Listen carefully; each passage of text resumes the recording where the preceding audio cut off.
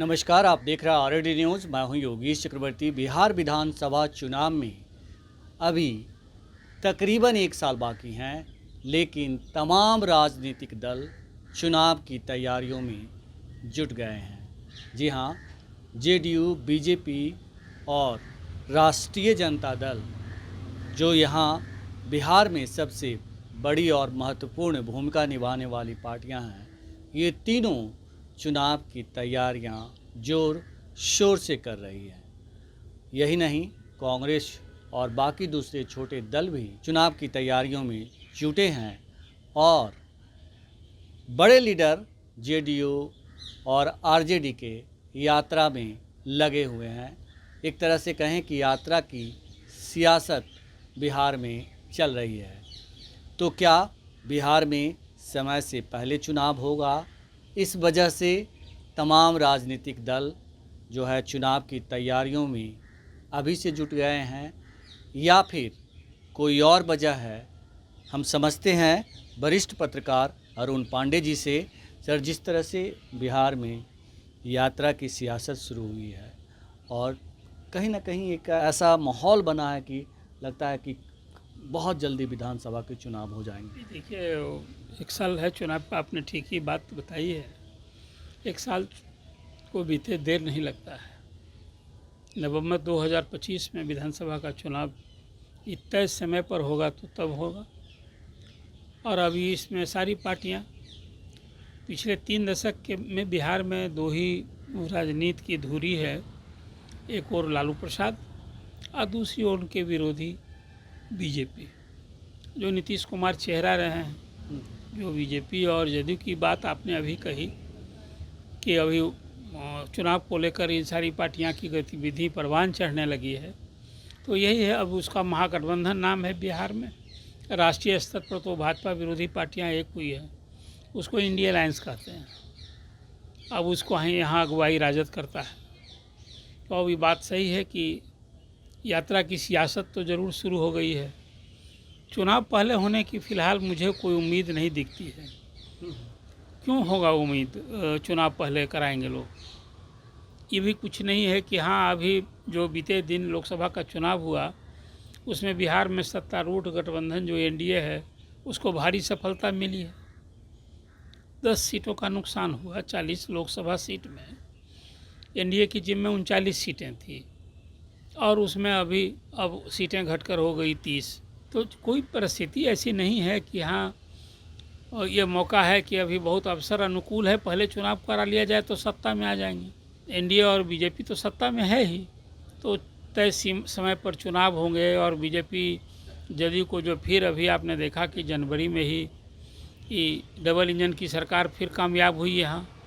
जी 17 महीने तो बिहार में इसी असेंबली में जो जनादेश तो मिला था राजद को विपक्ष में बैठने का, जदयू और बीजेपी को सत्ता में आने का।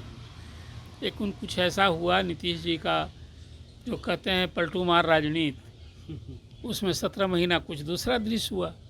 अब फिर चुनाव लोकसभा का हो गया, उसमें बहुत उत्साहजनक नतीजा तो नहीं आया राजद को। 23 सीट राजद लड़ा और वो तो 26 सीट उसको गठबंधन में मिला था। 3 सीट उसने वीआईपी पार्टी को अपने कोटे से दी थी, तो 26 में मात्र 4 सीटों पर जीत मिली है।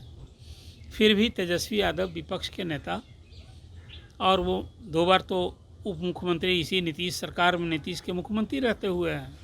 जब जब राजद और जदयू की साझा सरकार बनी तो तेजस्वी डिप्टी सीएम हुए। अब फिर वो सीएम बनना चाहते हैं, इसके लिए वो कोई कोर कसर नहीं छोड़ेंगे अपने पार्टी संगठन को मजबूती देने के लिए। देखिए, मैं मानता हूँ कि राजद एक बड़ा संगठन तो नहीं है उस हिसाब से, लेकिन उसका जनाधार फॉलोइंग जो है ना बड़ी है। 14.5% यादवों की अकेले आबादी, जो पिछड़ी जात में सर्वाधिक आबादी मानी जाती है। और फिर उसी तरह से 18% मुसलमान है, जो एमवाई आप कहते हैं। तो ये 32% और उससे अधिक तो जनाधार माना जाता है।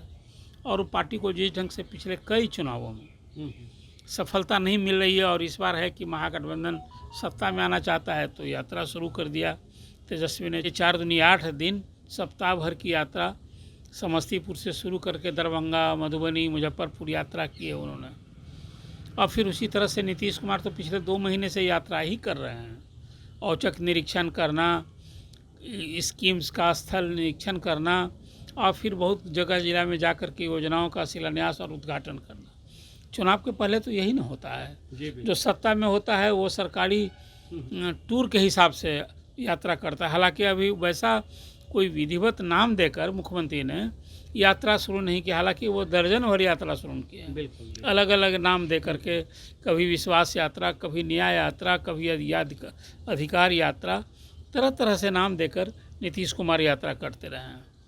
और फिर उसी तरह से देख रहा हूँ मैं कि राजद और जदयू के बाद बीजेपी भी, वो प्रधानमंत्री का जन्मदिन है तो उसके आज ही जन्मदिन है प्रधानमंत्री का, जी।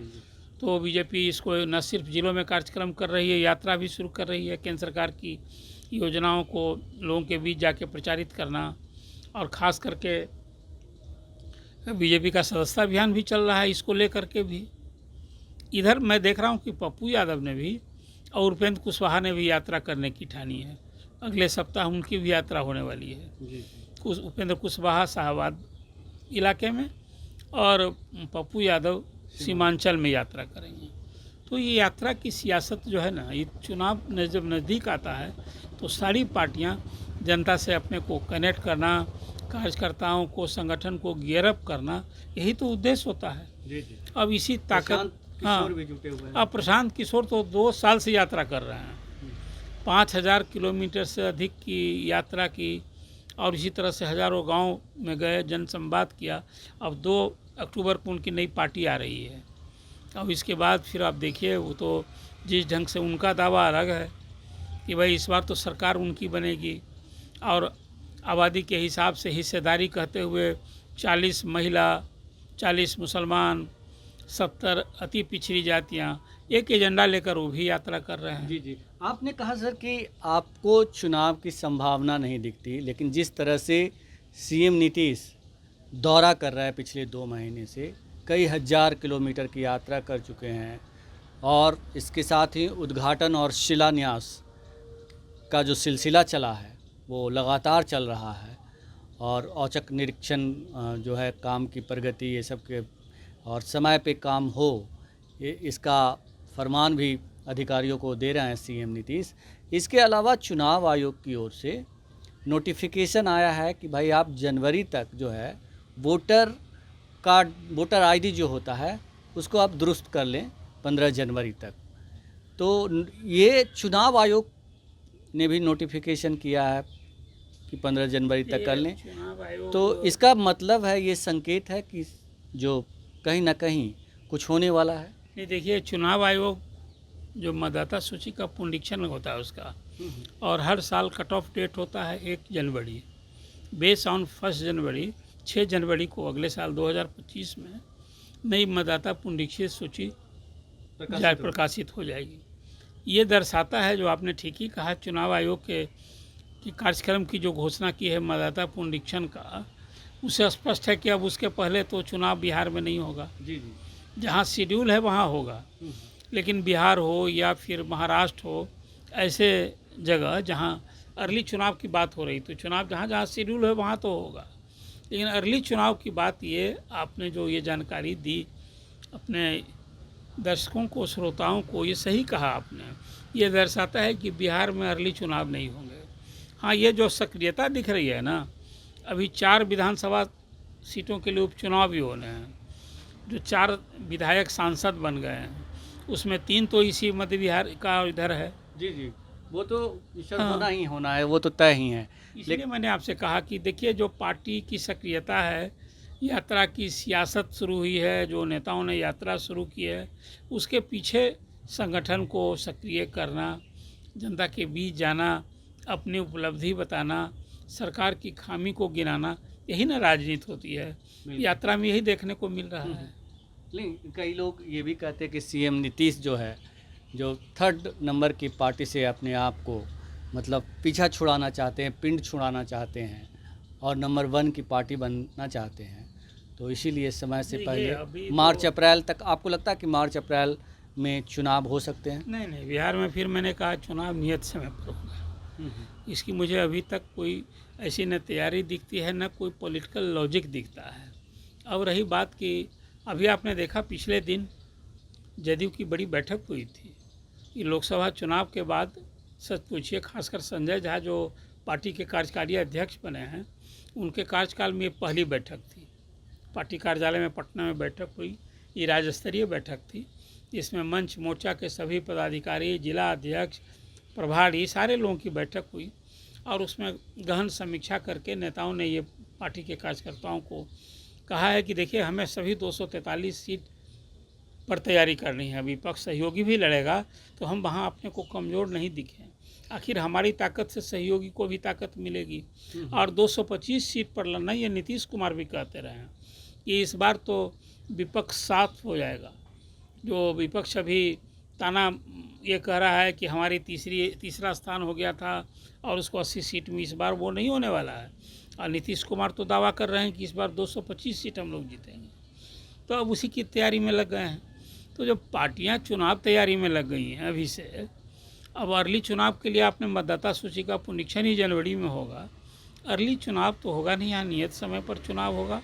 और इस बचे हुए समय में सत्तारूढ़ दल अभी कई सारी योजनाएं, जो खासकर देखा आपने अभी केंद्रीय बजट में बिहार के लिए कई सारी घोषणाएं की गई, कोई 58,000 करोड़ से अधिक की परियोजनाओं का। अब उसका शिलान्यास होगा, प्रधानमंत्री का बिहार दौरा होगा। अभी तो वो झारखंड आए थे पिछले दिन।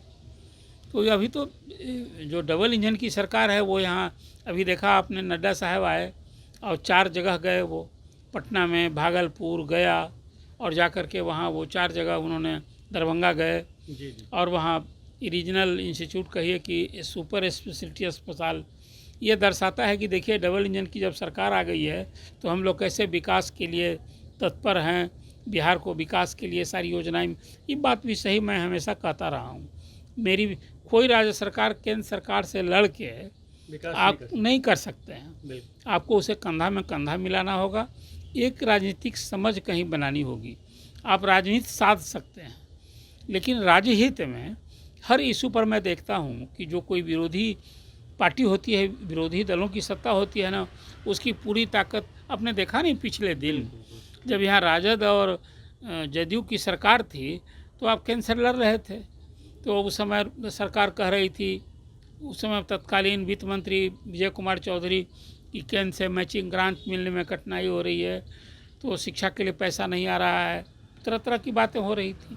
अब तो वो शिकायत सुनने को नहीं मिल रही है।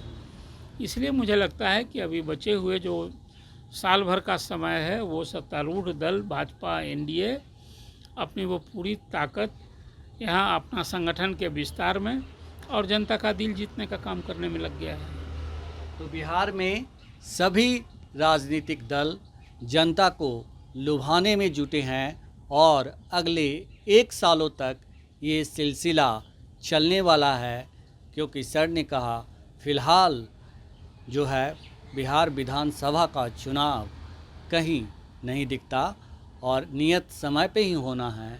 तो अगले 1 सालों तक नेता जो है, राजनीतिक दल जो है, ज़्यादा से ज़्यादा जनता को लुभाकर ज़्यादा से ज़्यादा सीटें जीतने की कोशिश में अभी से जुट गई है, खास करके सत्तारूढ़ दल। फिलहाल इतना ही। आप हमें फेसबुक पर फॉलो करें, यूट्यूब पर सब्सक्राइब करें, लाइक करें, शेयर करें और कमेंट्स कर अपना महत्वपूर्ण विचार और सुझाव ज़रूर दें। धन्यवाद।